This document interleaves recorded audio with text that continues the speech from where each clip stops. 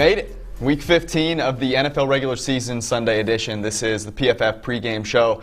I always think about how at the end of the season, I sit there and I go, man, we've only got one Sunday left. I feel really sad. I got to wait a whole year for Sunday NFL football to come back. So don't miss out. Don't blow it. Have some fun this weekend. We're going to talk through every single game from a betting and a fantasy perspective. George, Eric, Sam Monson, and Ian Hartitz joining us all the way from Columbus, Ohio. An interesting slate today because we have one of the best games in the entire NFL season, and then a bunch of games where if you're not betting on them or you don't have a fantasy player involved, may God be with you. Let's start with one of those games, which is Colts at home hosting the Houston Texans. Colts are now a 7.5-point favorite, total of 51. This has bounced between 7 and 7.5. We have the Colts as our 8th best team. The Texans are 23rd best team. So that equates to about a 7.5 ELO difference in terms of points between the two. So here's the question. Are you guys writing off Deshaun Watson, Eric? No. I mean, last week he was the right play, I think, and it just didn't work out. You're going to get some games where Trubisky plays like an NFL quarterback, and then you just tip your hat to him, right? This is an interesting one in the sense that I think you can sort of balance some risk here. Watson keeps his team in the game most of the time, and so plus 7.5, if you can get it, is a good value, I think. But also you could tease Indianapolis down to 1.5 if you like that side. So to me, there's I think two different ways to look at this. They're going to get Brandon Cooks back. Kiki QT's been fine. Indianapolis' defense is a little bit banged up, and that offense is shaky, obviously, from time to time with Rivers. Yeah, this feels a little bit like a kind of trap game for Indianapolis. They had a lot of things bounce their way the last couple of weeks. A big win against the Raiders. That was huge for seeding the sort of flip-flop between them and Tennessee. And now you face a Houston team that you should beat, right? You're expected to. But that Houston team has Deshaun Watson, who right now is pretty phenomenal. He has not had the bad games that have punctuated his career every season before this year. Last year, he had 3 games with PFF grades in the 40s. This season, his low is like 66.9, something like that. If he doesn't have a bad game, the Texans are not going to be that easy to get rid of for a Colts team that, might not be treating them 100% seriously given what they've had the last few weeks. It's interesting. The Texans are the 9th best team in the NFL in EPA per play. The Colts are 13th. So it's very rare that you see a team with a decidedly better quarterback in Deshaun Watson here over Phillip Rivers and an offense as a 7.5-point underdog, which is probably why all of us are taking the Houston Texans, and so do with that what you will. Ian, there are a lot of start-sit questions that people are absolutely freaking out about. I have many of them. I'm going to ask you about all of them. One that I don't have, but I'm sure people are dealing with, is Jonathan Taylor. What are you counting on him for? Or do you see him as a big upside guy? What are you doing with Taylor this week? And season long, he needs to be in pretty much all your lineups. We haven't seen him fully break out of the 3-back committee. Jordan Wilkins is still there getting a few touches. But Jonathan Taylor, it's not just what he's done just in terms of breaking out of the committee. It's just how much better he's been running. I mean, he has broken more tackles just on rush attempts over the past 2 weeks than he did in weeks 1 through 11 combined. So he is finally, using some of that vision, that great tackle breaking ability. We saw all the time in Wisconsin, finally seeing that translated to the NFL. I guess my bigger concern with him is, on DraftKings and stuff, he is looking awfully chalky coming off that big game. We know the Houston Texans are a team that we don't need to fear their rush defense, but just remember, Nyheim Hines is their pass down back, and I agree with all you guys. Deshaun Watson, great quarterback. Wouldn't be the craziest thing to happen if Houston is able to get up, build a small lead, and because of that, Jonathan Taylor could find himself more on the bench than fantasy managers will be hoping for. So season long, absolutely. DFS, maybe not quite, man, because we do need to look at which running backs are going to be able to be independent of game script, and that's where David Johnson comes in, because Duke Johnson has been ruled out with the neck injury. I understand this is not 2015 or even 2016 David Johnson we're talking about here, but it's hard to find running backs that literally will not be leaving the field. That appears to be David Johnson's case today. He's a rock solid upside RB2. Buddy, you are speaking my language, because a couple of props that I'm finding on PFF.com using the props tool, of course. What do you think? I'm just sitting here making stuff up, pulling stuff out of my behind? No, I'm listening to the prop giant over here who's, how else do you think I'm getting through this? I don't come up with these out of thin air. So here we go. Jordan Wilkins, over 12.5 rushing yards. That is minus 105. And then also Phillip Rivers, over 2 touchdowns. You think about this game, everyone here likes the Houston Texans to cover, which means it's probably a closer game than people might think. Phillip Rivers has to throw the ball, and here's something you need to remember. T.Y. Hilton, he feasts on the Houston Texans. Philip Rivers is going to hit him a couple of times. That is minus 105. Go to PFF.com, check these out.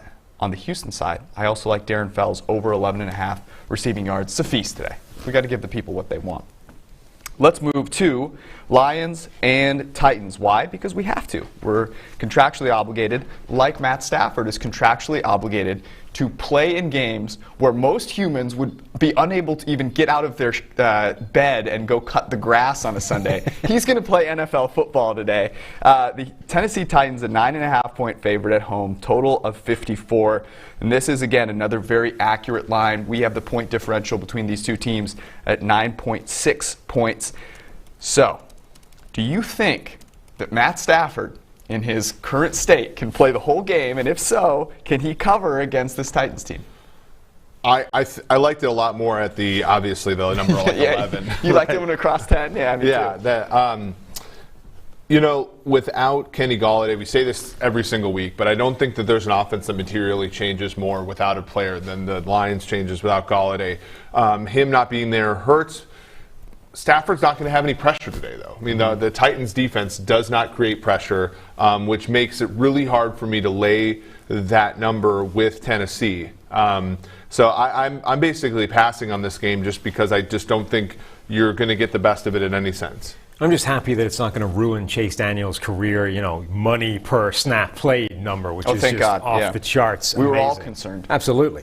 The real key to this game is, Tennessee have a fairly predictable game plan, and it relies completely on two freaky athletes in A.J. Brown and Derrick Henry. The Lions have been pretty terrible at stopping players like that all season long. They're allowing 3 yards per carry after contact, which is one of the worst figures in the NFL. They've missed 110 tackles on defense. This is a team that's been struggling against people that aren't Derrick Henry and A.J. Brown. So can they pull themselves together for a game to try and slow them down, or do they just get obliterated by two freaks? The Detroit Lions rank 32nd in expected points allowed per play in the NFL. In case you're wondering, there are 32 NFL teams. That is the worst in the entire NFL. I want to ask you this, Sam, because you talked about Derrick Henry, effusive praise given out to Derrick Henry this week. Who's more important to the Tennessee Titans, Derrick Henry or A.J. Brown? I think Brown should be, but isn't. I think Derrick Henry is the most important player to that team the way they play, right? Which is we're going to give him 30 carries a game, and in a few games that's going to work, right? Late in the fourth quarter, he's going to go off on those runs where he breaks 4 tackles, goes off for 50, and it is literally the difference between winning or losing. The problem is that A.J. Brown could do that in 2 catches early in the first quarter and put you out of sight if that was the way you were playing the game. That's why I'm taking the Detroit Lions. The Titans are going to run the ball, and it's going to be the bane of their existence. To A.J. Brown's credit, he's so good that Corey Davis has been able to earn an 89.5 PFF grade this season playing on the other side of A.J. Brown. Ian, a couple of questions here. The first is no Kenny Golladay for the Detroit Lions. So what does that do to Marvin Jones this week? We can feel good about getting him right around that wide receiver 2 borderline again. I mean, I have him ranked as, the wide receiver 28 on this week. Right there, Emmanuel Sanders, Marquise Brown, just, kind of the number 1, number 2 wide receiver range, even though maybe you're not putting up quite the sort of, bonkers numbers we're looking for. But without Kenny Golladay in the picture, he really has been giving us, a nice yardage floor around 50, 60 and scoring more weeks than not. So feeling good about Marvin Jones. And we're feeling good about the other, kind of under the radar wide receiver in this matchup, and that is Corey Davis. Had, kind of a little bit of a stinker last week and had the goose egg against the Bears. Other than that, this year, the guy has scored or gone over 65 yards in every single game. So truly, look, A.J. Brown, best wide receiver in Tennessee. I don't think we need to debate that. But Corey Davis, he's really come alive in his, I believe, 4th season now in the league. So credit to him for really putting it together. Tannehill, Henry, AJB, Davis. We got 4 fantasy relevant options in Tennessee. It is the Derrick Henry show, but I think in this, prime matchup, there's going to be enough meat on the bone to go around for this passing game as well. So only 4 teams implied for over 30 points this week. Not exactly sure how it's going to be spread out in Tennessee. Always hard to tell behind Derrick Henry, but don't be afraid to go the well with all these guys. Yeah, I want to ask you about Ryan Tannehill because this is one of my decisions this week. It's very important, nothing more important than picking the right fantasy guy in your semifinal matchup. So Tannehill, he's a guy that's projected to have about a top 5, top 6 point total for us.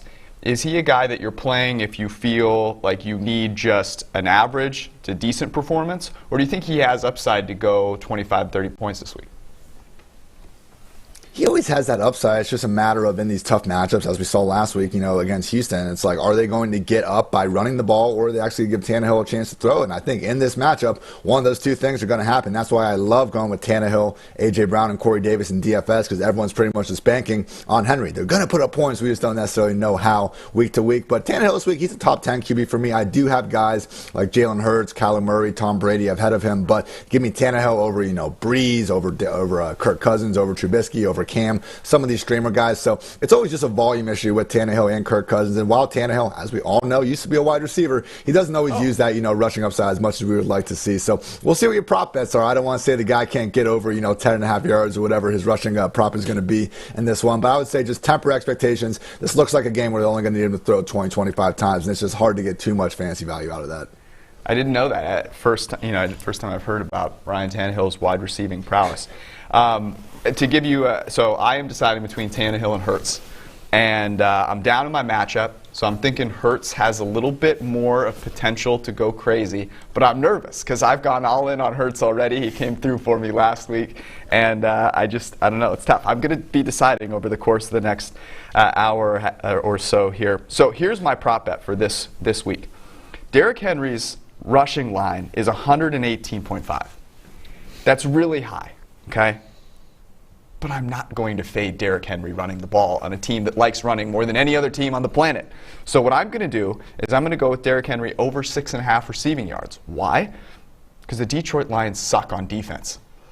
All it takes is one. Derrick Henry catches a little screen pass. He rumbles for over 6.5 rushing yards. Next game, the Chicago Bears visiting the Minnesota Vikings in what traditionally is a game built on defense. Not so fast, my friend. Minnesota Vikings don't really play defense. They are a 3-point favorite, total 46.5, although money is coming in on the Bears, as you were telling me earlier. So in a game which features the next Walter Payton versus the next Adrian Peterson, who has the advantage? Well, I kind of like Minnesota at -2.5 if you can get that there. I think I saw it at even money. I do think it's come back a little bit to -115. This is another one, much like the Indianapolis versus Houston game, where if you like the Bears, they're a good teaser option, I think, at this point. If you like the Vikings, either lay the money line price or the 2.5 points. I don't know what to make this game. Early in the week, I thought Minnesota should have been favored by a lot more. I think of these two teams, they're not great, but they're not awful the way that Chicago is. Chicago's defense, no Jalen Johnson, they're banged up, and they were able to neutralize Minnesota outdoors last time with him. Without him, it's going to be really tough. Yeah, I'm in the same boat as you. It's the only game that I don't have like this group of statistical nuggets for, because it's just this chaos of Chicago against Minnesota. The interesting thing is always Kirk Cousins with the Minnesota Vikings. Like, he's capable of these incredibly impressive games.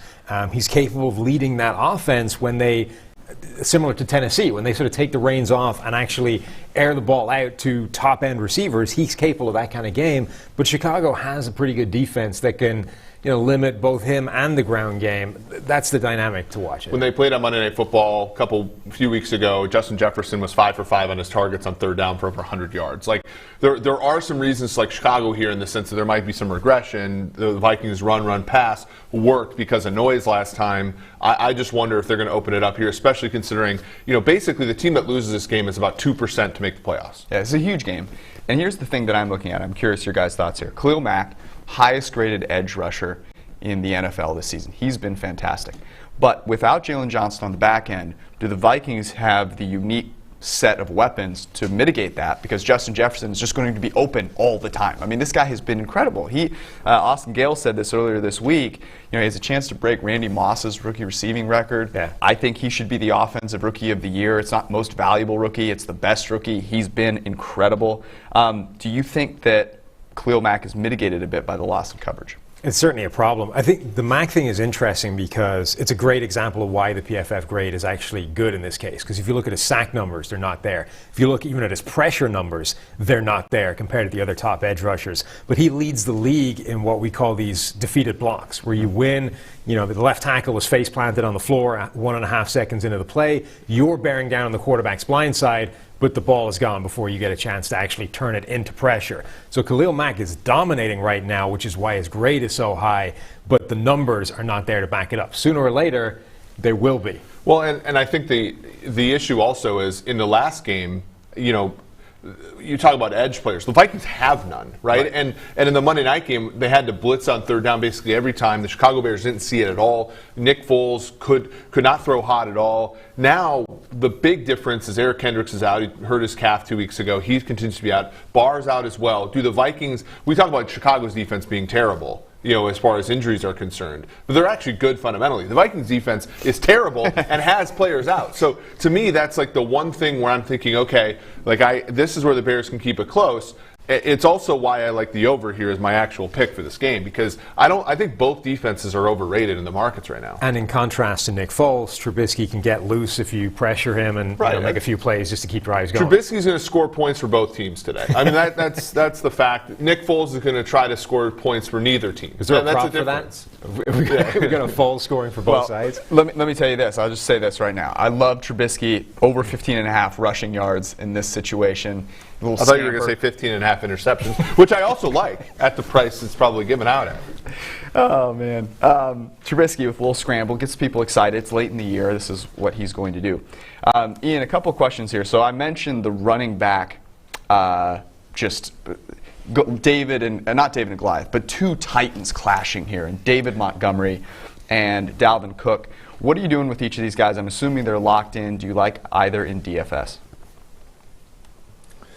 Oh, yeah, they're locked in. David Montgomery, we got to put some respect on this guy's name. He's always been ranking. I mean, he's one of, I think, 6 running backs this year with at least 50 forced missed tackles. And he's third in missed forced tackles per touch. It's not like he's just getting these things based on pure volume. He's been making plays just really all season long, despite the Bears having one of the worst offensive lines in the league in yards before contact per rush. And then the big knock that we would come back from that stat with was, he can't burst big plays. 80-yard touchdown last week, went for 50-plus against the Packers. David Montgomery has been playing like a top 10 running back for most of this year. I know it goes against what a lot of people saw in 2019, and we all kind of got over, and we continue to making fun of that Iowa State meme that always circulates around Twitter. I make fun of that too, but we gotta give Montgomery his credit where it's due. He has evolved from a volume-based RB2 to a volume-based RB1. He's my RB8 on the week. And yeah, in DFS, I mean, I feel like we keep kind of waiting for him to come back to earth. And, it's not quite as easy of a matchup. You don't get to play, unless you're Derrick Henry in the final month of the season, you don't get to play the Lions, Packers, and Texans every single week. But the Vikings are also a defense that I don't think we need to necessarily fear, particularly with Montgomery locked in for 20-plus touches. So it's one of these, a lot of times with guys that just broke out, like, Cam Akers, Jonathan Taylor, we see them the next week have really elevated ownership. Everyone's just kind of waiting for Montgomery to come back to earth. So because of that, even though he's been playing well, he's still going a little bit under the radar. I think he's a great pivot in DFS off of some of the more chalky, higher owned and just higher price backs like Taylor and Cam Akers. What about Irv Smith on the Vikings side, a guy with a ton of athleticism and potential there? Do you think this is a spot? Maybe he's a good streamer. Yeah, with Kyle Rudolph out, I have Irv Smith as my tight end 11 on the week. Behind Gronk, Hunter Henry, already played, but ahead of guys like Logan Thomas, Jonnu Smith, Dallas Goedert, Zach Ertz. Give me Irv Smith, because with Kyle Rudolph out of the picture, we've seen Irv have 2 games like this, scored 3 touchdowns. Now, his snaps and usage last week were not great. He was coming off an injury. He wasn't a full-time player, and that was, something we knew going into the game. There are already reports about him being limited. Not the case this week. He practiced in full. Wasn't ever listed on the injury report. He is good to go. And look, the Bears, they have a good secondary and everything, but Kirk Cousins, give him some credit too. He's been putting up career high or second best PFF passing grade of his career. He's got one of the highest average target depths in the league. This is an offense that we know it goes through Justin Jefferson and Adam Thielen in the passing game, but Irv, when there's only one tight end out there, Irv or Rudolph, those guys can give us top 12 production at the position as well. So especially if you want to save some money on DraftKings 3,600, I think Irv, is a great play all the way around. Alrighty, going to Washington, the football team, a 6.5-point underdog against the Seattle Seahawks. And this is interesting because the difference between these two teams' power rankings is 3.5. But of course, Alex Smith not playing in this game. Dwayne Haskins is hoping to earn the H back to his name. So here's H-back, great position, by the way, in football. So here's the question. Can Dwayne actually do it in this game, or is this a spot where the Seattle Seahawks defense gets right? Seattle defense has gotten right for 6 weeks now. They just played kind of dog shit teams. So is this one of them? I don't know. Here's the thing. The distribution for Haskins is so much different than Alex Smith. Alex Smith going into under 10% of his throws were negatively graded, but under 13 were positively graded. Haskins is more of the 20-20 guy, right? 40% of his throws are getting a grade from us, whether that be good or bad. And if you catch a little bit of positive variance against a bad defense in Seattle, fundamentally bad. They haven't gotten better materially. They're still bad. McLaurin has reduced his role with Alex Smith in the game. He enhances it here. We've seen some players, Logan Thomas, Sims, those guys have emerged since Haskins was benched. Like, there's an actual case to be made. If this thing got to 7, for example, there's a case to be made for the Washington football team here. Yeah, like Seattle, Jamal Adams still leads that team in pass rushing. And he's a safety who's only played 9 games and hasn't actually rushed that much. Like, it's not like they're blitzing him every single down because they have no pass rush. He's not blitzing that much, and he by far leads that team in pressure. I'm intrigued at the other side of the ball, though. I actually think Washington might function okay on offense. And let's not go overboard, but fine, right? The question is, can their defense slow down Russell Wilson and the Seahawks? And I think they have a shot at it. That defensive front is what everybody's talking about. But they're top 10 in terms of passer rating allowed. They're, I think, 3rd in terms of yards per play on average. That defense is actually pretty good front to back, not just the front 4. This is exactly what I've been waiting to fade, though. How many best defenses in the NFL have there been? There's been 8 of them. Every couple of weeks, there's a defense that people get excited about. It's been the Bucs, it's been the Colts, it's been the Bears, it's been the Steelers, Saints last couple of weeks, and now it's the Washington football team's turn. And as great as Chase Young has been, he's our highest graded rookie defender. He's been fantastic, and as good as their coverage has been, Russell Wilson, 4th highest graded quarterback in the NFL. DK Metcalf leads the NFL in deep receiving yards. I will just take the offense. Well, and I'm a little skeptical of when somebody like Ronald Darby becomes like this next great player, right? We've seen that, when the ball is in the air, like random stuff happens, and it's usually dependent upon the QB you face and all that kind of stuff. Darby's been terrific this year. The question becomes, can he maintain that? And against what Seattle has, I think the reason that Washington might be a good bet at a touchdown or more is that Seattle is going to continue to put Russ on the sidelines insofar as his culinary prowess, and then they're going to hand the ball to Rashad Penny today. They're going to hand the ball to San Diego State's finest, by the way, and that's going to significantly reduce the variance. A thing that Seattle really can leverage when it's good for them, and if they reduce that, it puts Washington in the game. I'll take the Seahawks. Ian, there is something very sad that I continue to mourn, and that's Antonio Gibson not playing, and that means it's J.D. McKissick's season. Where do you have McKissick ranked? Who are some of the guys you're playing him over? At least this time we can rally behind McKissick because, obviously we want him out there instead of Peyton Barber. So now at least he's not keeping Gibson off the field. That's just an injury. So he's my RB19 on the week. Look, I'm playing, the 49ers running backs ahead of him.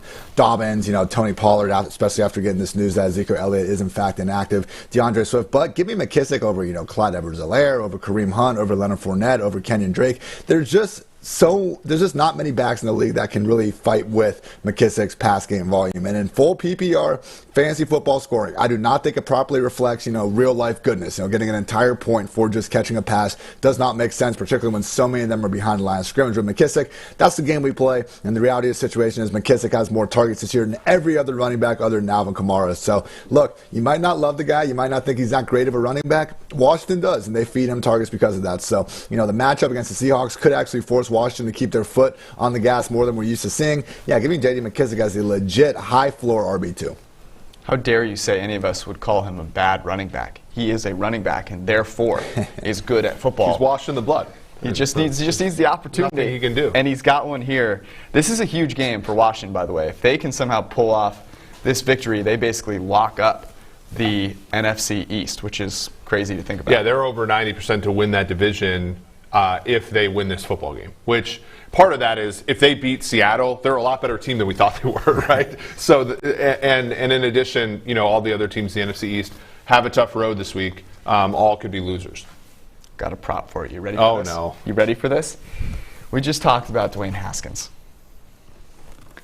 I don't believe in a whole lot of things that Dwayne Haskins is going to do, but when your rushing prop is 7.5 yards, I'm taking the over. That's what it Stephen is. A. Yeah, I'm doing it, okay? So, Mr. Athleticism, Dwayne Haskins, he rumbles for 8+ yards. It's going to happen. Of course, you can go to PFF.com, check out the PFF props tool, and see all of the different values we have on overs and unders. You'll notice I talk about a lot of overs here.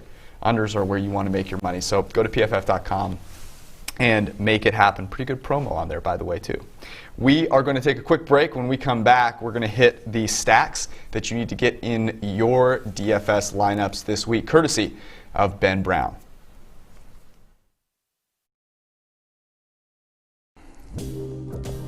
Mike Renner here, looking forward to the draft already because for half the teams in the NFL, that's all they care about at this point, the offseason. We're going to count down the quarterback rankings in 2021 as they stand right now. At number 5, it's Alabama's Mac Jones, a meteoric rise this season, probably statistically the best quarterback in college football. May win the Heisman, a 93.8 passing grade. That's higher than anything Tua had in his career at Alabama.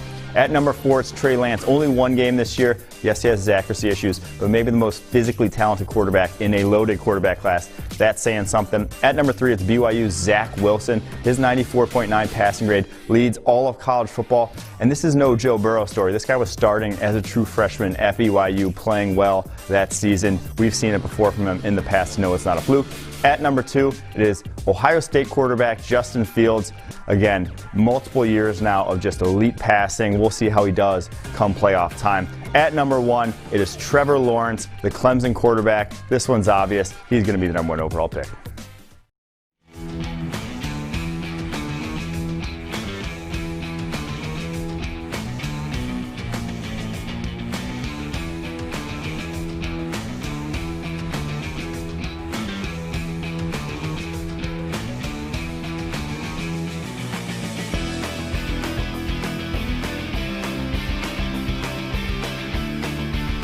If you're looking for the stack that you've got to get in your DFS lineups this week, you can go to PFF.com. Ben Brown, one of our data scientists, writes a great article going through the different options to stack players that might be highly owned, but that together comprise a very low ownership stack. We're going to hit 3 of them here. We're going to start with my guy, Jalen Hurts, Zach Ertz, and DeAndre Hopkins here. Eric, what do you like about this stack? This game, well, playing inside, right? So that's the other, and there's a ton of fading Jalen Hurts narrative right now because of the passing yardage wasn't there last week. But here's the thing about fantasy football. When a quarterback runs the ball and scores a touchdown, he gets all those points. And he takes points away, from, let's say you're in another lineup with a player who's on the Eagles. That's like the most tilting thing of all time, right? So you have that. And then obviously Ertz here, when you look at the linebackers for Arizona, they've struggled, and they've been kind of a funnel for tight ends for years. They've gotten a little bit better this year, but it's a good send there. And then when you have DeAndre Hopkins again, the Eagles secondary, no Slay, he didn't make it. They're thinking about playing Jalen Mills at corner, so I'm going to go all in on Hopkins here. If you like the other side of this, you can take a look at going Kyler Murray and Hopkins, and then pairing him with a guy like Miles Sanders. We saw last week against the Saints, that vaunted Saints run defense, that Hurts really opened things up for that running game. Sanders, of course, had that long scamper for a touchdown. Yeah, this one's a little bit more speculative just because I don't think Sanders is the player that's going to, sort of be RB1 every single week. He got the majority of his yards on a play where Quan Alexander sort of missed the hole. But with Jalen Hurts there, we do know statistically that running backs fare better when the quarterback is a runner. So that's what you want to play there. Murray kind of so last 6 weeks to 8 weeks, but he did look a little bit healthier last week, so buy into him as well. With the same thing with Hurts, his rushing total, something you really want to lay into. How about this one? Deshaun Watson, Chad Hansen. I don't think anyone would have foreseen a guy named Chad Hansen being a part of any football show at any point in time this season. And then T.Y. Hilton, the Texans killer. We know that he shows up against the Texans every single time. Yeah, from day one, he's been a killer there, and that's why he has to be in your lineup, especially at the price that he's given. Hansen is, again, like one. If you buy into him, right, against a Colts secondary that Rhodes is a little bit banged up, the pass rush is pretty good, but he can get loose a little bit. Then you have it freed up for all of the chalky running backs you want, the free spaces there, and obviously Watson brings stuff with his legs as well as with his arm. So I think that's a pretty good stack in a game that I think is going to be sneaky good indoors. Sneaky good? Yeah. Okay. I think it's going to be very good. Anything with Deshaun Watson is something that I personally will sign up to watch. Of course, if you go to PFF.com, these are just 3 of the stacks that Ben Brown likes. There's plenty more. You go check it out, pick your favorite ones, and rock with them. Only a few weeks left to enjoy a full slate of NFL games. On the flip side of this break, we're going to talk about Dolphins, Patriots. Is Bill Belichick really going to kill another rookie running back or quarterback, or is this the time that Brian Flores takes over as the guru in the AFC East on the defensive side of the ball? Hang with us. We'll be right back.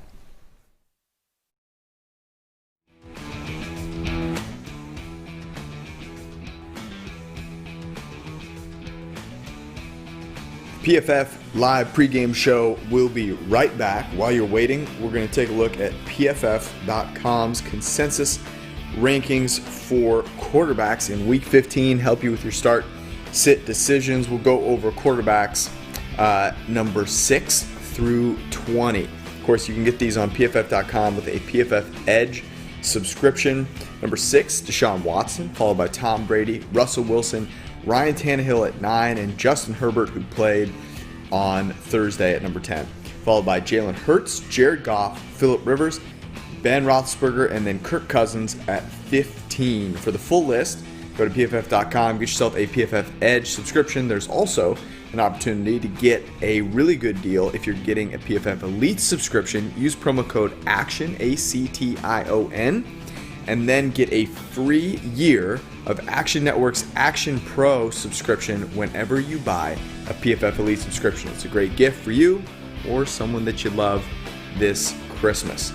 All right, now back to the PFF pregame show for Week 15.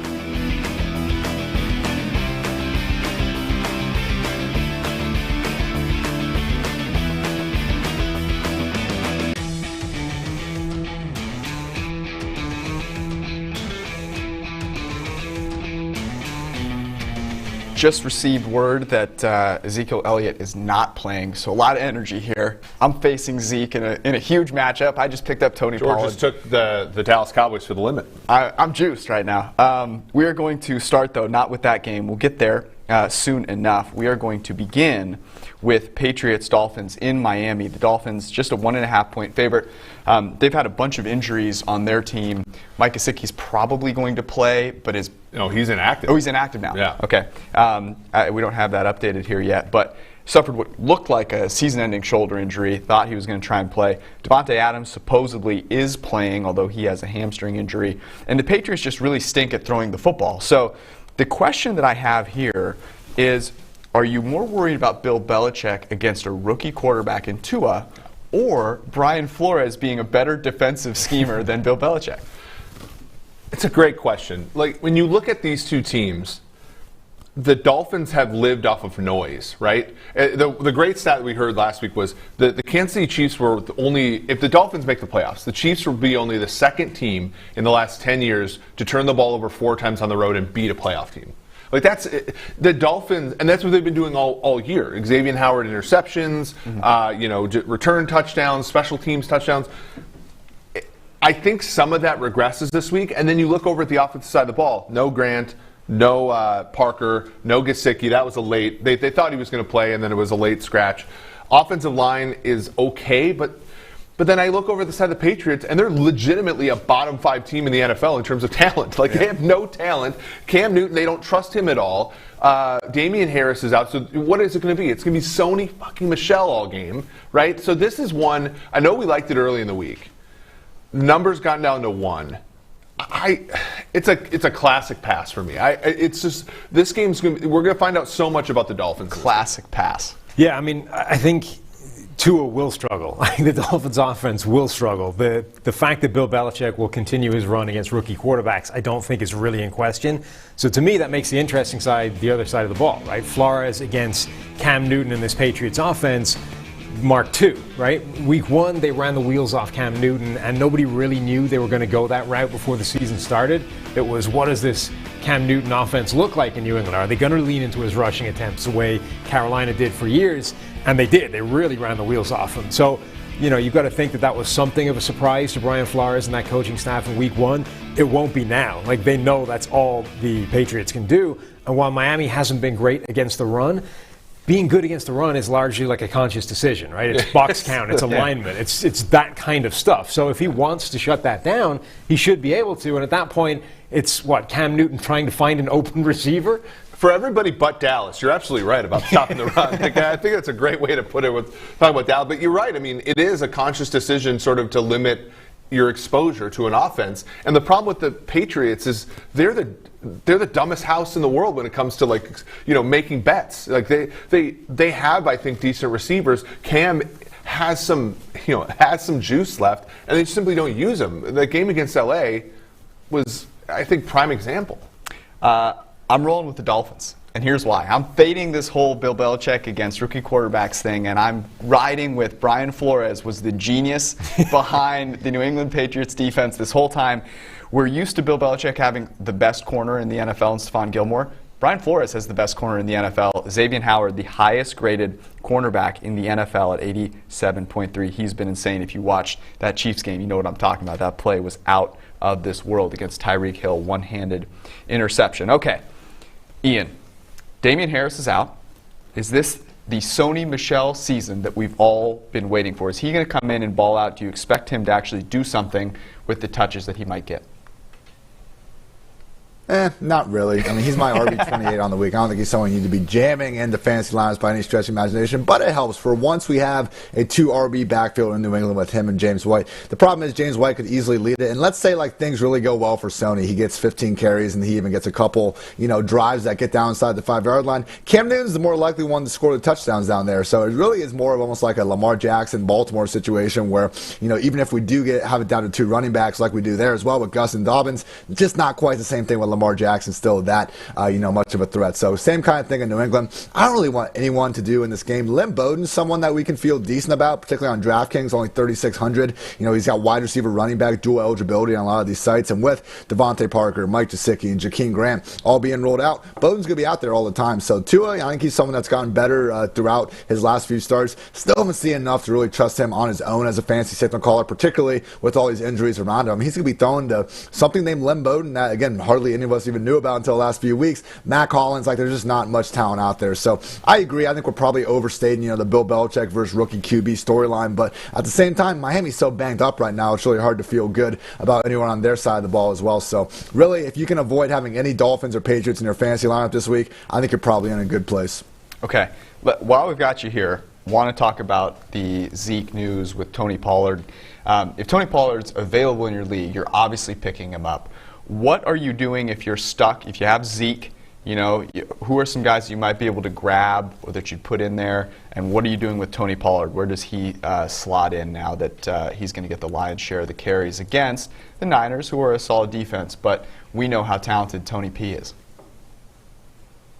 Yeah, and look, even with Zeke not playing, really up to the standards that we would hope with that $90 million contract, he was still someone that was hard to get out of, the top 15 running backs on a week-to-week basis. And Pollard has objectively been better than Zeke in pretty much any metric you want to pull up. He's been almost better than any running back in the league in any metric you want to pull up. Nobody, not Nick Chubb, not Derrick Henry, nobody has averaged more yards after contact per rush than Tony Pollard over the past 2 seasons. He's truly been great with all of his opportunities, and now we're expecting a true 80-90% workhorse role. I couldn't even tell you the Cowboys' number 3 back is because it's only been Zeke and Pollard. I'm sure they'll have someone up there to take a few snaps out of the way, but it's truly going to be a workhorse role for Tony Pollard, and those are just hard to find. And we've talked about how good of a running back he is, but even if he was just an average running back with that sort of role, he'd be in the RB1 conversation. That's exactly what he is in. I'm still starting guys like Cam Akers, Jonathan Taylor, David Montgomery, Nick Chubb, and obviously your top 5 dudes ahead of him. But, guys like Kenyon Drake, Chris Carson, DeAndre Swift, J.K. Dobbins, the 49ers running backs, I am starting Pollard over all those guys. So truly, Cowboys offense, not amazing. I'm not hating on the 49ers defense, but just in terms of projected volume, very hard to find more than 5 or 6 running backs with more of it than Pollard this week. You mentioned Kenyon Drake. I'm facing Zeke. I have Pollard. I'm putting Pollard in over Drake, and hopefully that's going to carry me to As glory. you should. As I should. All righty, next game, we are rolling over to Baltimore. Baltimore Ravens facing the Jacksonville Jaguars, who have the stranglehold on the number 2 pick. Trying to get to that number 1 pick. Unfortunately, the Jets are like 45-point underdogs, so that's probably not going to happen. Yeah, but Gardner Minshew is back at it, and we remember at the beginning of the season, Gardner Minshew was a backdoor machine. The Ravens, 13-point favorites, total 48. Are you riding with Gardner Minshew through the back door? Well, the number's gone down to 12.5. I'll take the Ravens there. Okay. Why? Well, here's the thing. they're healthier offensively than they were. Marquise, the receivers came off the COVID list. They're playing. Mark Ingram's out, which I know we talk about Zeke disparagingly, but Mark Ingram's kind of in that same cluster of. Don't you dare. Of Mark guys. Ingram is still an athlete. Okay. He doesn't have a feed me tattoo on what used to be a six-pack. He still has one. I like them better without him in the lineup. Big trust. Come on, man. And the Jaguars' defense is an absolute shit show. So, I like the Ravens to score enough to cover this number. Whether it gets over the total, which I know you like, which is probably a good bet as well, is dependent upon Jacksonville. And we've seen the good and the bad of Minshew. One thing, and I think why this number's gone down, no Calais Campbell, no Marcus Peters today. Yeah, I do kind of like Minshew to be able to keep it close and maybe sneak in that cover, but I see where you're coming from, right? Last week against a terrible defense, Baltimore's offense got right? Mm-hmm. They were able to run the ball 230-something yards against the Browns. The Jags basically have the same kind of defense as the Browns, so you would expect them to be able to run. And, even late in the game, even their passing success was built off that running game. Like Lamar Jackson gets loose in the open field, the defense has a heart attack and forgets about all the eligible receivers that are now completely wide open behind them. That's what Lamar Jackson and the running game, when it's successful in Baltimore, does, and it will probably be that again today. Ian, a couple of questions here. The first is, huge underdog are the Jacksonville Jaguars, and that means that James Robinson is going to be playing from behind with Gardner Minshew throwing the ball a ton. Does he still make it into your top 10, 12 running backs?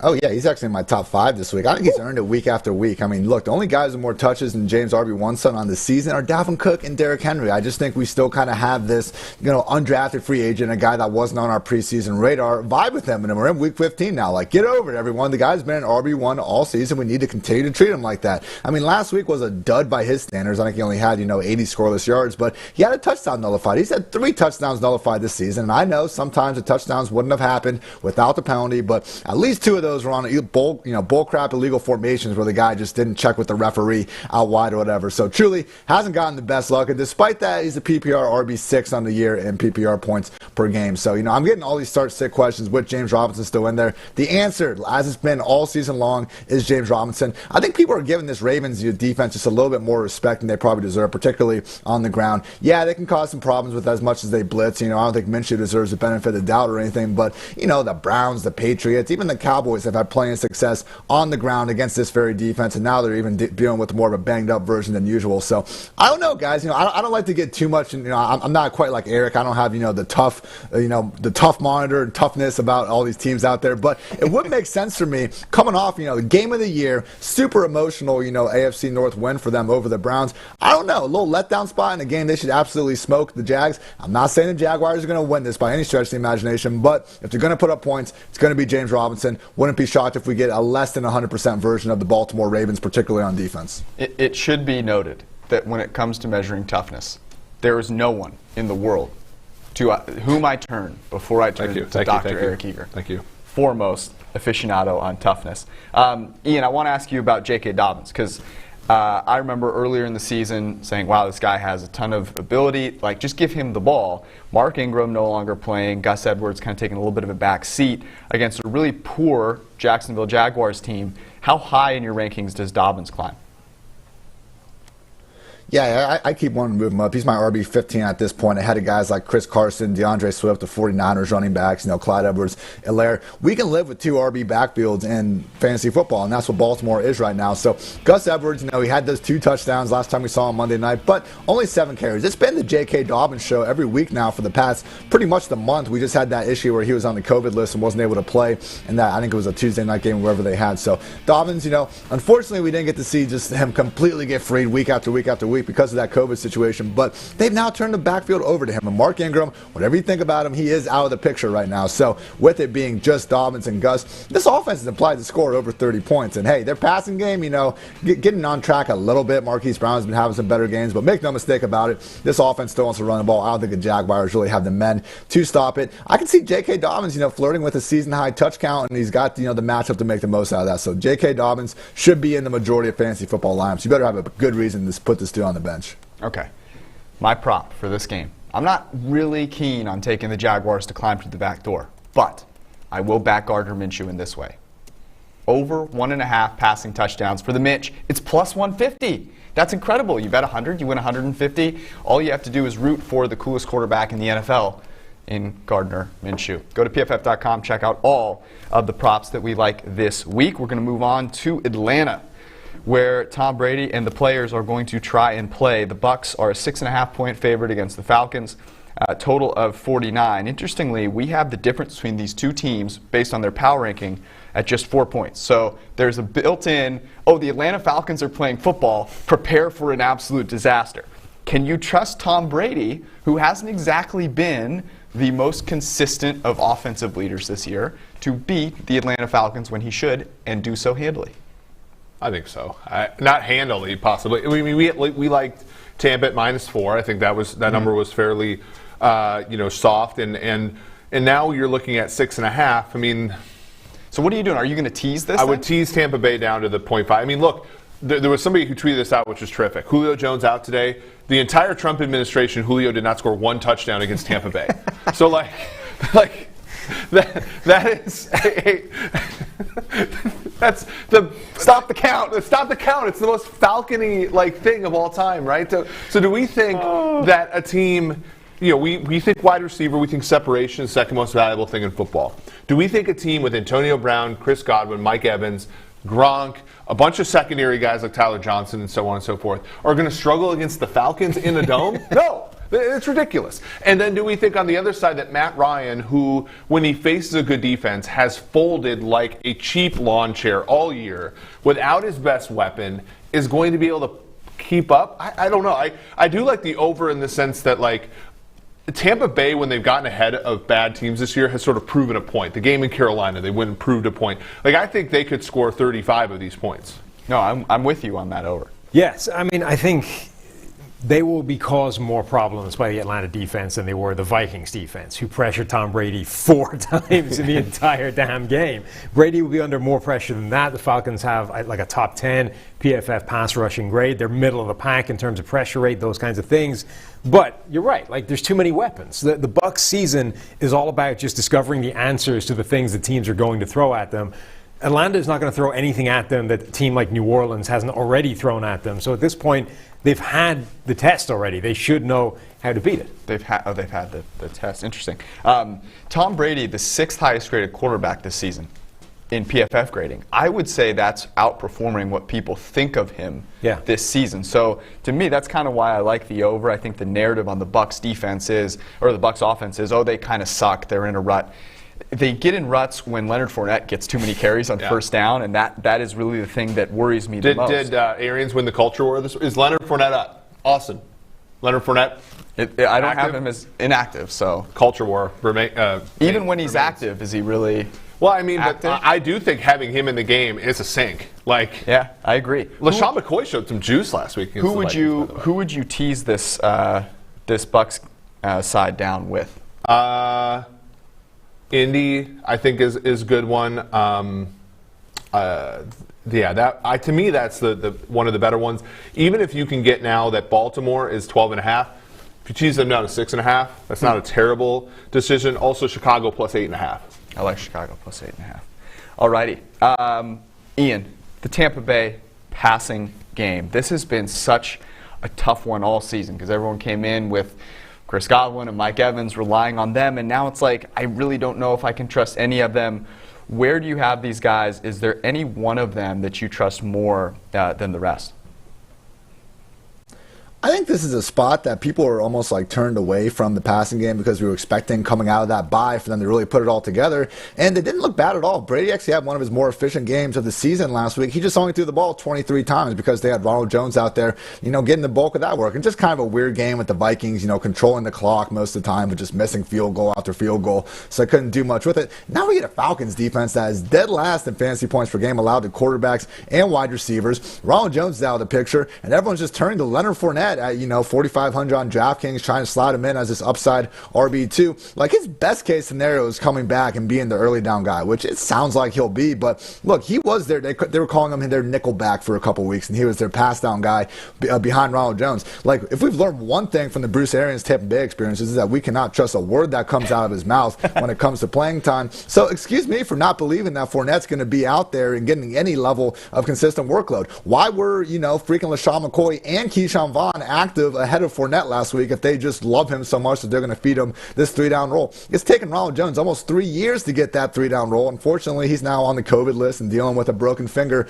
as well. So Fournette, I get it. He's kind of in that Sony Michel range for me, though. He's not someone I'm actively looking to start with any level of confidence. Guys like Kenyon Drake, guys like, Kareem Hunt, David Johnson, even if you don't feel great about them, at least we know they have their touches. That's far from a guarantee with Fournette. So on the other side of things, we should feel better about the passing game. I think TB12 going to have his foot more on the gas. And if you look at just their truly dreadful performances since, AB got back into action, it really came against the Saints and the Rams. I know we've been talking about, defenses don't necessarily matter as much as we think they do, but those are anyone's idea of two of the top, 3-5 defenses in the league. He's really been balling out otherwise. So I think this Falcons game, they get the Falcons 2 times over these next 3 weeks. I believe the Lions in Week 16. I think there's a really good chance for this Tampa Bay passing game to really find their footing ahead of the playoffs. The Tampa Bay Buccaneers hoping to squeak into the playoffs and then do exactly as I thought they would, which was get hot at the right time. I don't know. I don't feel that confident about it anymore, but, whatever. I'm still hoping that my narratives can come true. I have 2 props for you guys on this one. The first is Matt Ryan not to throw an interception. That's plus money. Anytime you can find a prop where you get plus money, you just love to see it, especially with a quarterback that ranks in the top 12 in PFF grade, as Matt Ryan does. And then Tom Brady over 2.5 passing touchdowns. That's also plus money, like plus 135 in some places. You're going to want to bet on Tom Brady throwing touchdowns against the Atlanta Falcons. That's just something that you're going to want to do, especially indoors.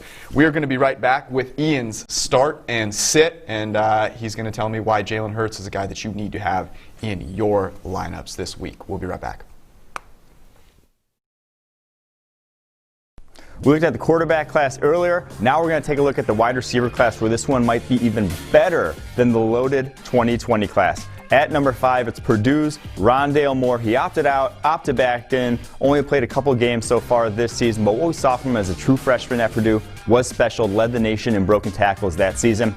At number 4, it's Minnesota wide receiver Rashad Bateman. Maybe not the most physically gifted, but back in 2019 in a full season there for Minnesota, he led all receivers in the country in yards per route run from the outside, a technician and a complete wide receiver. At number 3, it's Devontae Smith from Alabama, lighting the world on fire here. He's probably going to be the Blitnikoff Award winner this year. Numbers off the chain with not a lot of help around him, not those first rounders that we've seen over the past year and a half. At number 2, it's his teammate, Jalen Waddle from Alabama. People forget that when both of them were healthy, it was Jalen Waddle who was the number 1 target there, outproducing his teammate. 557 yards in 4 games this year, 22.3 yards per reception. Ridiculous numbers from him. He's the best deep threat in the class. And at number 1, it's Jamar Chase. Yes, we haven't seen him this fall, but we saw him last fall, and he was better than the best rookie in the NFL right now, Justin Jefferson. Outproduced him, led the nation in yards, touchdowns. Pretty ridiculous season there for Jamar Chase.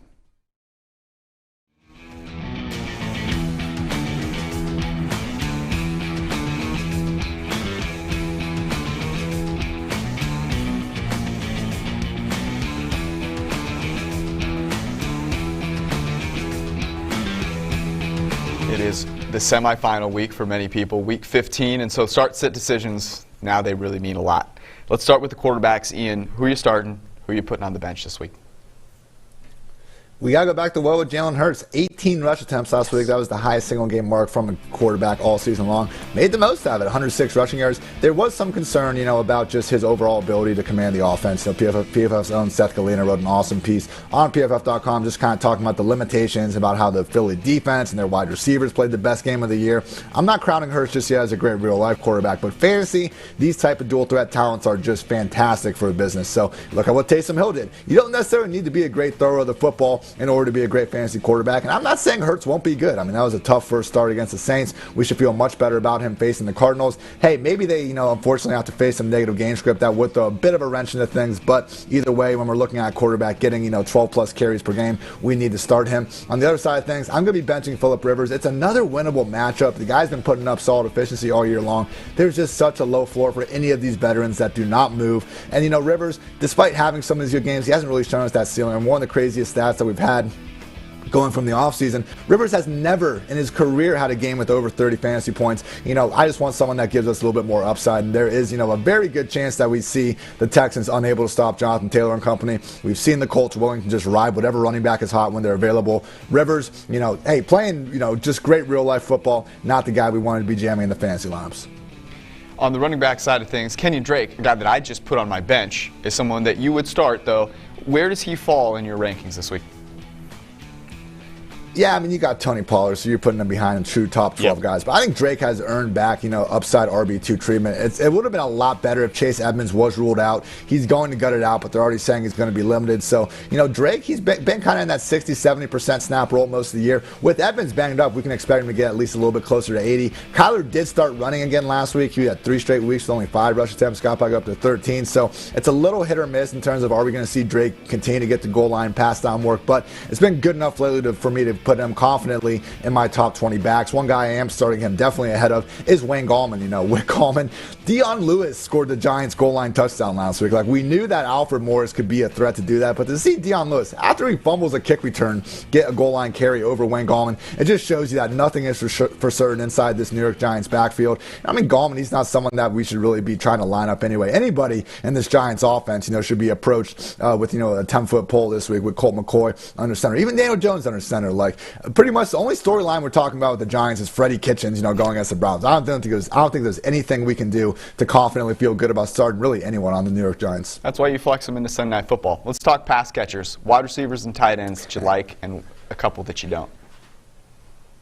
Yeah, I want to be starting Brandon Ayuk. This guy has literally been, one of the top receivers and targets per game over the past 4 or 5 weeks. And without Deebo Samuel in the picture, we're seeing him get his usual wide receiver 1 usage, which is him being just an already polished route runner on the outside. And now he's also getting all those Kyle Shanahan-induced design touches, behind the line of scrimmage. The type of touches that have made Deebo Samuel have more yards after the catch than actual receiving yards this year. So great combination against the Cowboys defense that we just haven't really seen slow down anybody throughout the year. So get Brandon Ayuk in the fantasy football lineups of all shapes and sizes.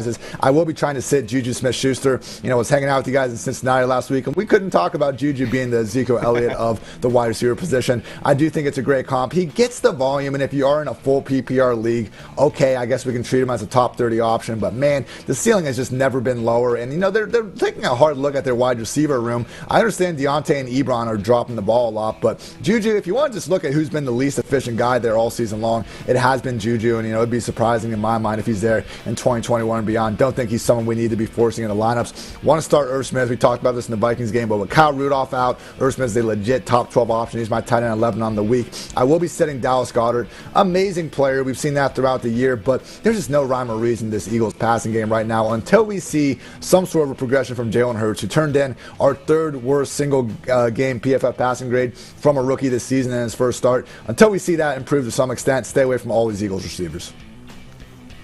Stay away from all the Eagles this season. That would have been sage advice at the beginning of the season because they didn't quite pan out. And now Carson Wentz, poor guy. See ya later. When we come back, we're going to talk Niners, Cowboys, what to do with Zeke Elliott, a little bit more of that, and get to Eagles and Cardinals. So hang tight. We're about 30 minutes from kick.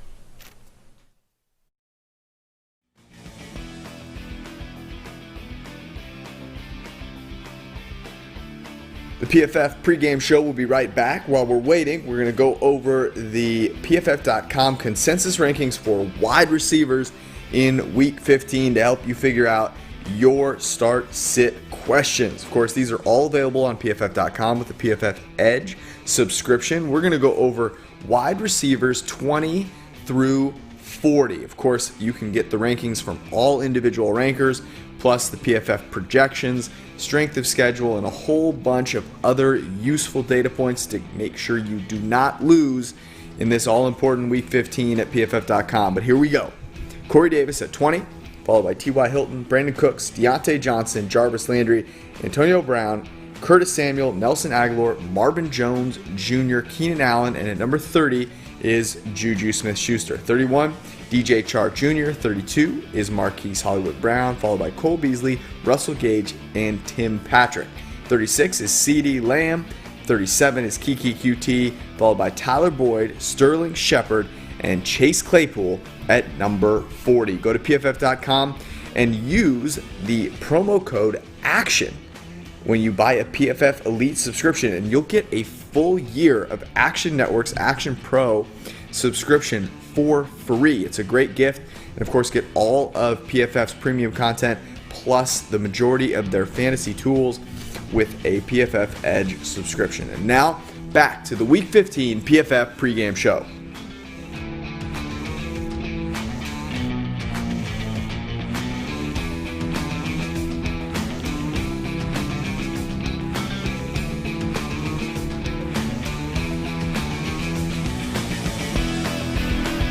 What Cowboys fans have been waiting to see, a running back that can make some players miss. Tony Pollard's season in Dallas. The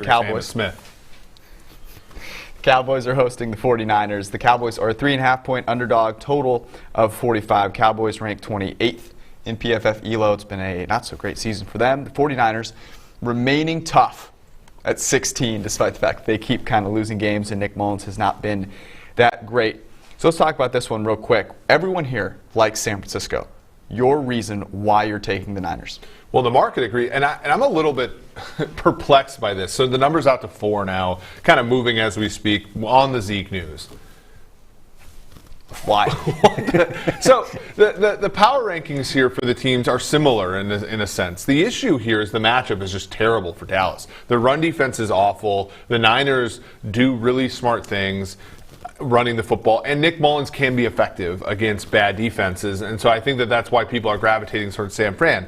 The idea that people are gravitating towards San Fran today when the Zeke Elliott news makes zero sense. It makes me want to back Dallas at +4, +4.5 if it closes there, just because Zeke doesn't matter that much. I don't understand. In fact, I think not having Zeke there makes Dallas more likely to win. I agree. Tony Pollard's better. They're less likely to run the ball when they shouldn't. Yeah, I could buy all of that.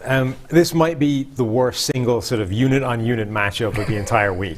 We talked before about how, largely speaking, run defense is just like it's a deliberate, conscious act. Not when you're Dallas. You're giving up over 5 yards per carry against the run. You're giving up 2.5 yards per carry before contact. That is by far the worst in the NFL. And you're going up against a 49ers team that, that's what they do. This is how they excel. Plus the Brandon Ayuk stuff over the top of it against those linebackers that this year don't seem to have any idea what they're doing there.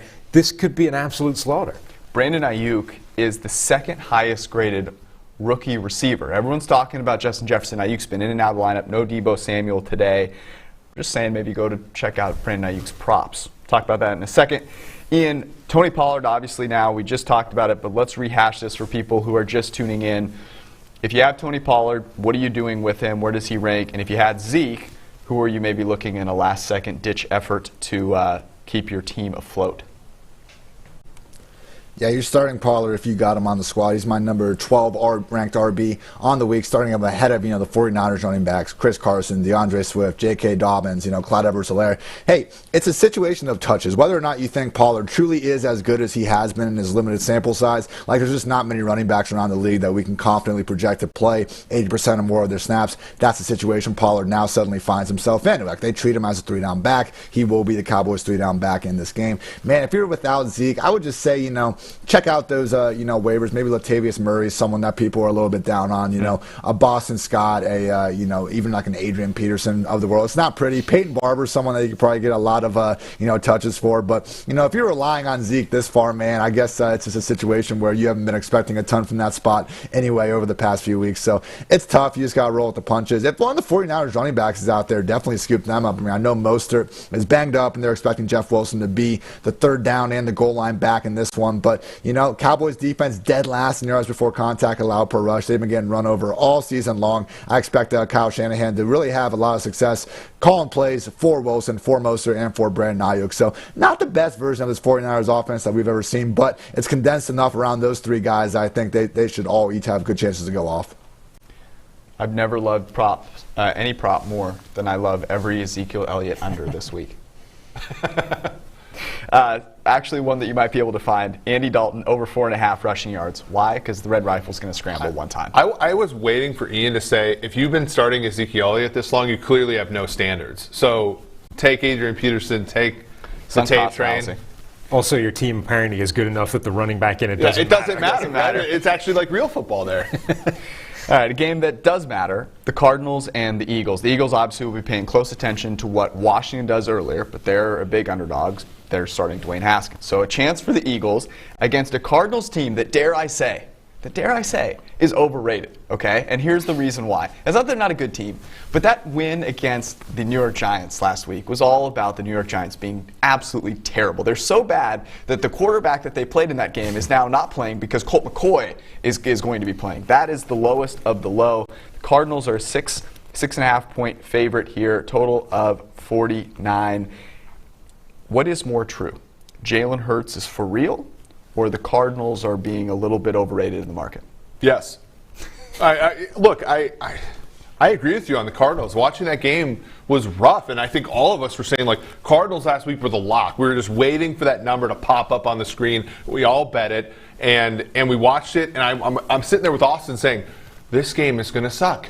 Eventually the Giants are going to figure it out. Of course they didn't because of the Giants, but the Cardinals are not some impressive football team. They're here by virtue of like a good start to the season and luck, right? The Hail Murray or whatever was not like something that you should expect. They'd be in the meat grinder right now with Chicago, San Francisco, and Minnesota had that not happened. So I agree that they're overrated, but I also think Philly's overrated. And the thing about Philly is everybody gives them due deference. Oh, if Philly ever figures it out, we're not going to see a team with a losing record in this division, blah, blah, blah. They suck. Like the New Orleans Saints, classic look-ahead spot last week. They're also starting an H-back at quarterback, and you beat them by, 3? So this is a weird game. I'm going to take the points just because I think it's way too many for a team like that's quarterback by Kyler Murray. I also think that Philadelphia is going to slow the game down to a point where it's just like I don't know if I think I kind of like the under, too, in this game, just because I think it's a slow game that ends up being about a 3 or 4 point game. It is a weird game, and I don't like any single part of it. There's so many question marks on both sides of the ball. I do think that the Cardinals are overrated, but I also think a lot of that has been Kyler Murray's been injured, and he's been the most important part of that team. Hasn't been the rushing force that he was earlier on. The passing game hasn't clicked, but the passing game could get right because Philadelphia don't have anybody left in the secondary. Yeah, no Darius Slay. And then I also think the Jalen Hurts thing could come down to earth a little bit this week, even though he's playing a worse defense, because so much of the stuff they put on tape in week 1 does not have a long shelf life in terms of how often that works against NFL defenses. All this kind of inverted veer run game, all that kind of stuff, right? If you've been watching that for a week, you should have a reasonable idea of how to defend it. I do want to know, though, did Carson Wentz have to play Kyler Murray on the scout team all week long? Oh, that would have been. If so, then I really like the Cardinals' chances of surprising the living hell out of the Eagles defense. You had such a good point. The Eagles, Wentz has played like crap all year, but we only saw like a quarter and then a full game of an offense. We saw Hurts a ton in like gadgety stuff, but really last week and then the Green Bay week was the only time we ever saw him in a true offense. And I do think Vance Joseph we probably will adjust to it some. They do have athleticism on the defensive side of the ball, but not a ton of talent. It is going to be an interesting confluence here. The one thing about Jalen Hurts, did not take a single sack in that game against the New Orleans Saints. His rushing floor, ability to he is a true athlete. We talked about Kyler Murray and how athletic he is, what that does for that offense. Jalen Hurts does Jordan that. Hicks revenge game. That's the narrative here. Okay, let's talk Jalen Hurts with Ian Hartitz. A lot of people probably picked him up. Maybe they started him last week, had the benefit of 18 rushing attempts and over 100 rushing yards. Do you think that volume sustains? And if so, what does that mean for Jalen Hurts this week? Yeah, I mean, that's pretty much the only really goodness the Eagles offense has had all year. Even before Hurts got in there, I mean, Wentz taking off and running was really the best part about his game throughout the season as well, which is just, kind of hilarious to think about. But either way, I mean, Hurts, if he's going to be running the ball 15-plus times per game, we need to accept that and treat him as a fantasy QB1 as early as this week. I mean, look at Kyler. Look at all the success he's had with that. I would say, though, on the other side of the ball, look at Kyler. Don't forget about Kyler, particularly in DFS this week. I mean, Taysom Hill and the Saints could not move the ball against the Eagles until each of Rodney McLeod, Avonte Maddox, and Darius Slay were sidelined. 3 starters in that Eagles secondary, and they're all out again. So I know it hasn't been, the most consistent passing game with the Cardinals, really anyone other than DeAndre Hopkins, but this could be the week. Kyler, Christian Kirk, DeAndre Hopkins, I think this stack has a chance of going off while everyone is pretty preoccupied with Jalen Hurts. So Kyler, the big concern over the past couple of weeks was, hey, where did his rushing ability go? It came back last week. He rushed the ball 13 times. That was his most he's done in a month. Seemed to be over the shoulder issue. Didn't pick up a ton of yards, didn't score a touchdown, and because of that, I don't think people are paying as much attention to it as they would have otherwise. So Hurts is good, but Kyler's great, and I think in DFS land particularly, I love going the well with this Cardinal stack. All righty. To the game where we're going to go very, very quickly through. So here it is. Rams, Jets. Rams are 17-point favorite. All I want to hear is if you have any stones willing to take any side of this game. I will start. I do. Give me the Jets plus 17.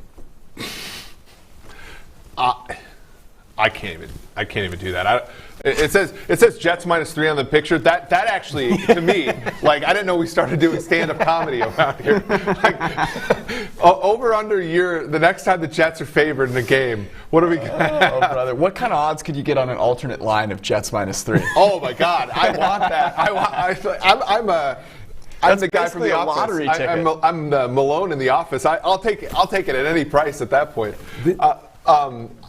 No, that's enough of that game. The Jets might not score in this game. Like, the Rams have the best pass defense in the NFL. They're allowing, like, every quarterback to have a passer rating of 80-something, right? And the average NFL passer rating is, what, 98, 90? Yeah. Like, it's 100 at this point. Sam Darnold's passer rating this season is already 67, so if he's going up against this defense, plus Aaron Donald, like, the Jets aren't going to score. The Rams are going to have to cover an over-under by themselves, and they're not. You could probably get some decent odds on Jets not to score. Yeah? Don't you doubt Sammy D. Ian, what are you doing with this game? Any fantasy players of note? Are you willing to bet on either side of this? I think, you're firing up the typical Rams, Cam Akers now, Robert Woods, Cooper Kupp. I would just say in, DFS, a lot of people are really riding the Cam Akers train. I think he's going to get his, but don't discount this passing game really putting up points in a hurry in the first half. A lot of people are worried about Kupp and Woods because, they might blow them out too quick. The Rams are one of the smartest offenses in the league. Like, go back and look at that Tampa Bay Buccaneers game. Similar defense. As you guys said earlier, a good run defense isn't really, a better defense necessarily. It's what defense really wants to put a bunch of people in the box, and that has been the Buccaneers and the Jets. That's why they're two of the better teams in yards per carry allowed, because they consistently load the box. And when we saw this Rams offense face the Buccaneers, they threw the ball like 4 times in the entire first half or something like that. We saw Woods and Kupp flirt with 15 targets. I think we could see something like that happen again. The difference is this Jets defense has nowhere near the talent that the Buccaneers do in the back end. So Woods, Kupp, get these guys in the fantasy football lineups of all shapes and sizes, because they've been more, borderline wide receiver 2s than wide receiver 1s throughout this season. But in a game like this, where I think the volume is going to be there and sometimes it isn't, this is where we got to feel good about it. The college football opening lines of the playoff just were released. The Jets are about as big of an underdog as the Notre Dame Fighting Irish are to the Alabama Crimson Tide. I just want to let that you replace. Let's say you replace Notre Dame with the Jets. What's their odds to win the whole thing? Is it even money or better? I don't. The Jets have a decent shot to win the college football playoff. As good of a shot as, well, better than the Fighting Irish. Anyways, we're about 17 minutes to kick off of Week 15. We're going to talk about some DFS upside plays with Ian Hartitz, and then we've got Chiefs and Saints, so hang tight.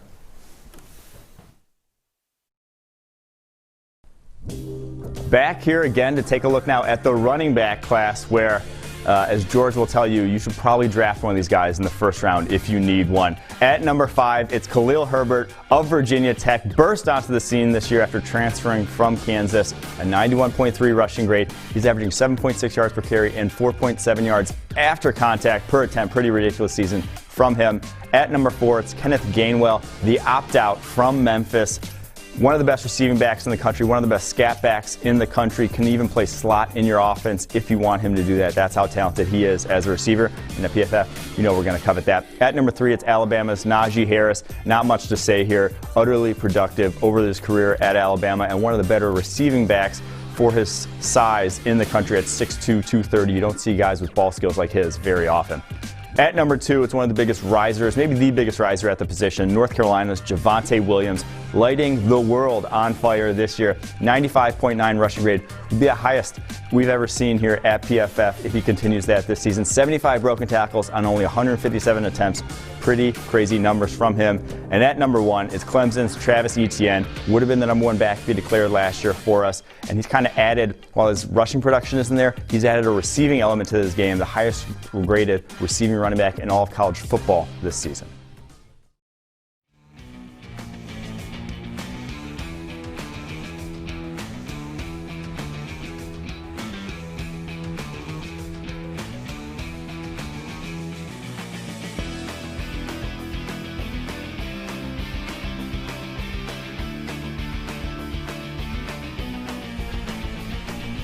Only a couple more weeks with a full slate, and so you're going to try and find the players that not everyone is playing, not necessarily a top-priced option that you can plug in there and reap the rewards, top upside plays in your helicopter play.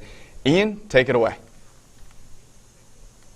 Yeah, I think one situation, if you decide that you do not want to force Derrick Henry in your lineups because there's, just too many other good running backs out there, that's fine. Just realize the Titans are going to be putting up 30-plus points on this Lions team. So if you don't think it's going to be going through Derrick Henry, that means it's probably going through Corey Davis and A.J. Brown. A.J. Brown's more expensive than this segment qualifies for. But Corey Davis at $5,800, coming off a dud, I think he should have higher ownership, higher projections in general, and a matchup that he could certainly smash in as long as he gets the volume. So love Corey Davis at that spot. Also, Mike Evans at $6,500.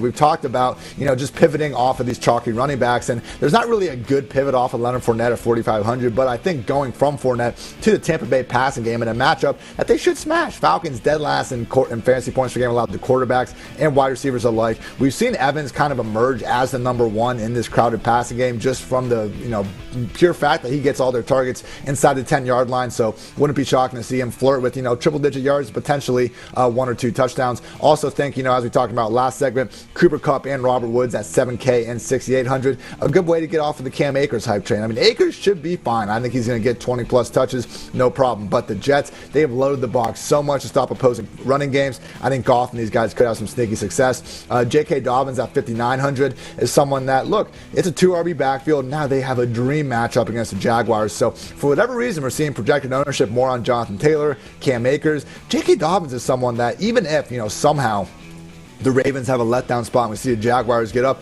Dobbins is still going to be the lead back. I mean, pass first, run first, whatever the Ravens decide to do, it should be plenty of work going to J.K. Dobbins. So get used to him as, treating him as a top 15 upside back. That is what he is in this spot. And finally, James Robinson at $7,100. On the other side of the ball, again, I just think we're giving the Ravens run defense a little too much credit. And now they have some injuries to go around and deal with as well. So, yes, the blitz is going to be a problem for Gardner Minshew. I don't think the Jaguars keep this one overly competitive for too long, but I also don't see them getting completely blanked. When they do score, it's usually going to be James Robinson. Only Dalvin Cook and Derrick Henry have more touches. Whenever we have one of these just full-time workhorse running backs and they're just not getting the same sort of projected ownership as the other ones, take a long look at them before you decide to completely fade. I know it's tough to get up to James Robinson at that over $7K price tag, but that's why he's going on under the radar. Don't sleep on running backs that get 20-plus touches, no matter how hard you think the matchup might be. Especially when their leader, their quarterback, is a guy like Gardner Minshew.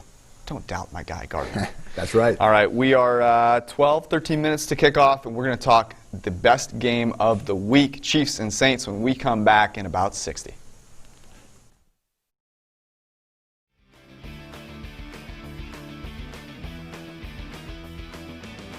The PFF pregame show is going to be right back. While we're waiting, I'm going to help you with your start-sit decisions by looking at PFF's consensus rankings for running backs.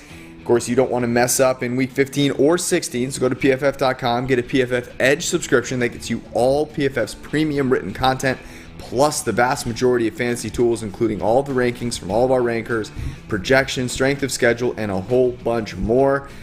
Here we go.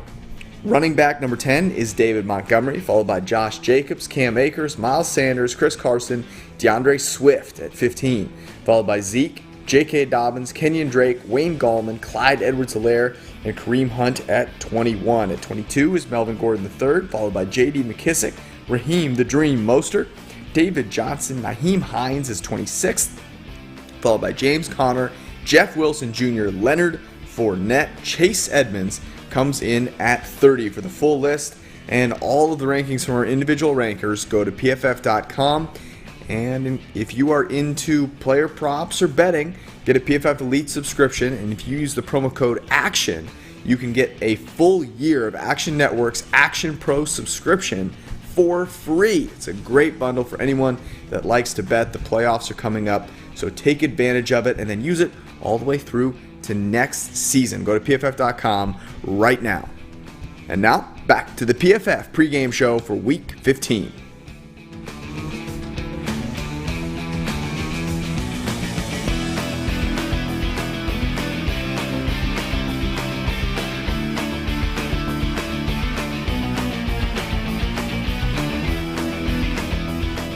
We are 10 minutes away from a Sunday of some mediocre games, some not so great games, and one absolutely sensational game, the Kansas City Chiefs and the New Orleans Saints. Earlier in the week, actually on Sunday night, Monday morning of this week, we talked about if Drew Brees is back, what would that mean? We liked the Chiefs at 2.5, at 3. It's still at 3. Surprisingly, when Drew Brees came back in, it turns out that the markets were always assuming that Drew Brees would come back from some cracked ribs. Total of 53. The difference between these two teams, our first and second ranked teams in PFF ELO, our power rating system, about 3.5 points. No Michael Thomas in this game. That's obviously Drew Brees' number one guy.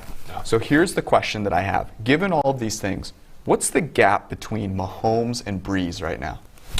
I think it's significant. We have Mahomes 10 points better than a replacement level quarterback. We have Brees somewhere in that 5-6 range. So just from the quarterback perspective, we're talking about 4.5 points.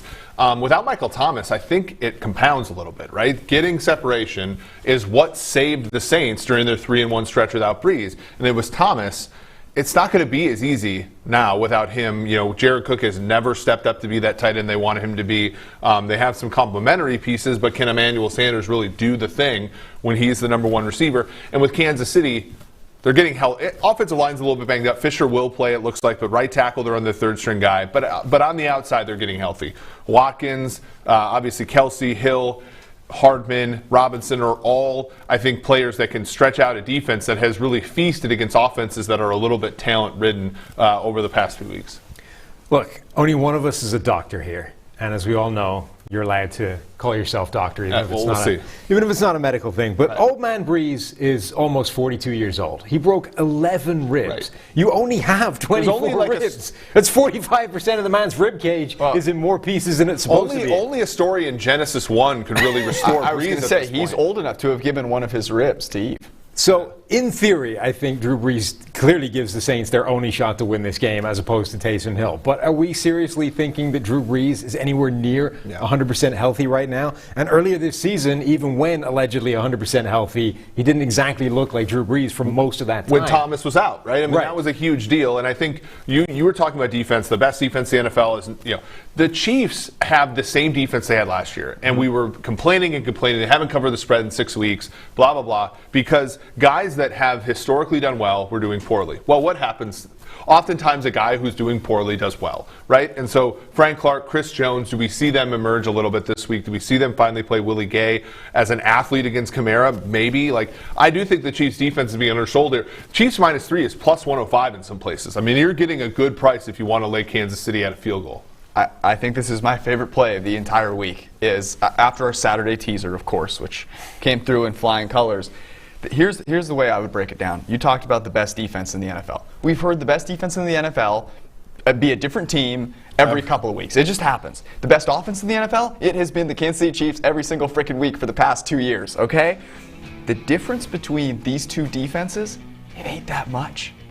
The Chiefs' defense isn't a total atrocity anymore. They're fine. They have Chris Jones on the defensive line. Tyrann Mathieu's good. They don't give up a ton of deep passes.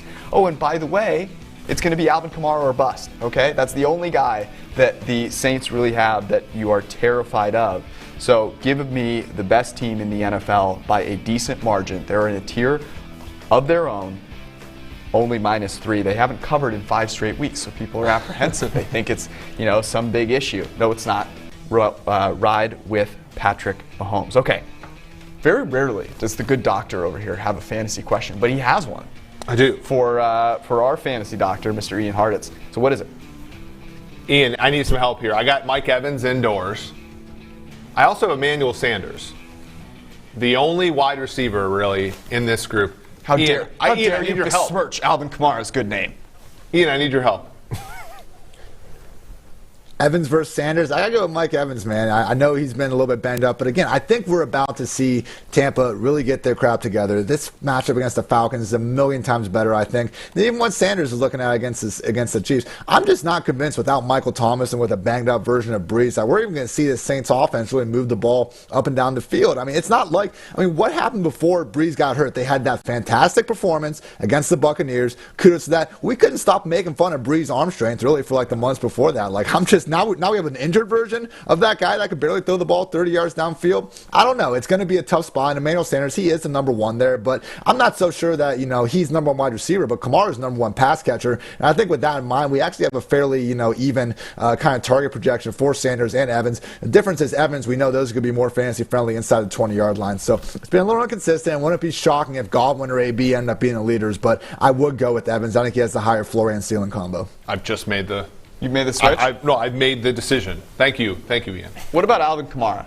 I only need 40 points from him this week to make up for the past couple of weeks. But are you buying? I'm kind of buying into, look, Drew Brees was what allowed Alvin Kamara to be great. His accurate throws, short down the field. He gave Kamara a chance, and Taysom Hill just didn't do that.